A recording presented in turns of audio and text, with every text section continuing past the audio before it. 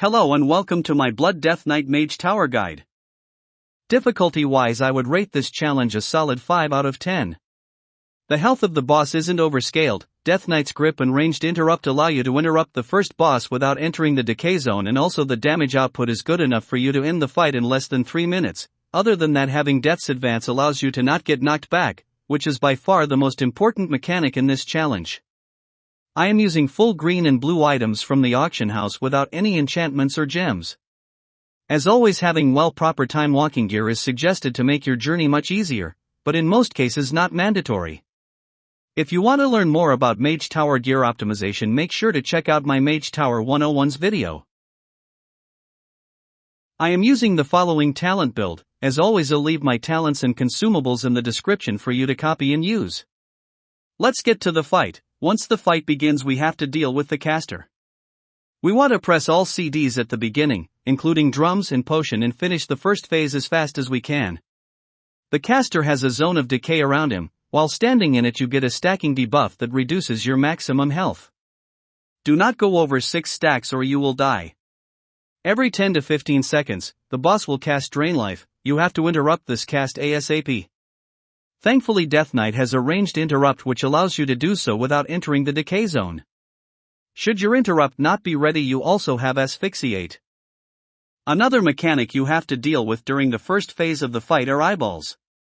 The boss spawns random eyeballs around the room which will channel a laser beam towards your character.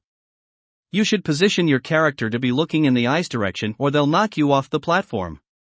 You should kill these eyes with your ranged abilities. Blood DK is the only tank for this challenge which is not able to hit these balls with any physical abilities, so even if you're in melee range you have to press Blood Boil to kill them. The third mechanic you have to deal with during this phase are the arcane anomalies. Every 20 seconds these adds will spawn from 4 different portals around the room and make their way towards villain. You need to get their aggro and kill them quickly before they start casting.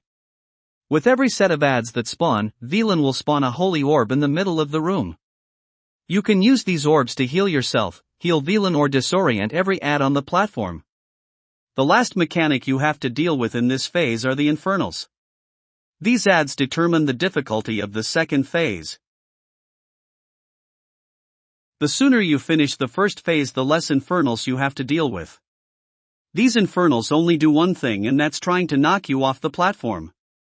As mentioned before, you have Death's Advance to help you with these. I wouldn't suggest you to use Death's Advance unless absolutely necessary. Once you kill the caster, you will have to deal with Krull.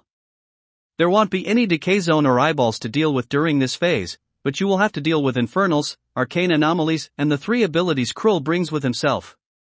Krull will jump on top of your character and leave a green puddle on the ground which deals a lot of damage to you if you stand in it, so move out quickly. After each jump, you have to deal with Annihilate. Annihilate deals a ton of damage and leaves your character with a debuff which increases damage taken from the next Annihilate by 100%. You want to manage your defensive CDs for Annihilates. Thankfully, Deathknight has enough damage output for you to not having to deal with more than 3 Annihilate casts. Right after every Annihilate, Krull will cast an interruptible spell which has to be interrupted, or else you will have to restart the challenge. If the cast goes through, Krull will heal himself for 100% of the damage he deals to you. Recovering from this is close to impossible. Regarding defensives for Annihilate casts, I suggest you to only use your rune for the first cast since it doesn't do that big of a damage.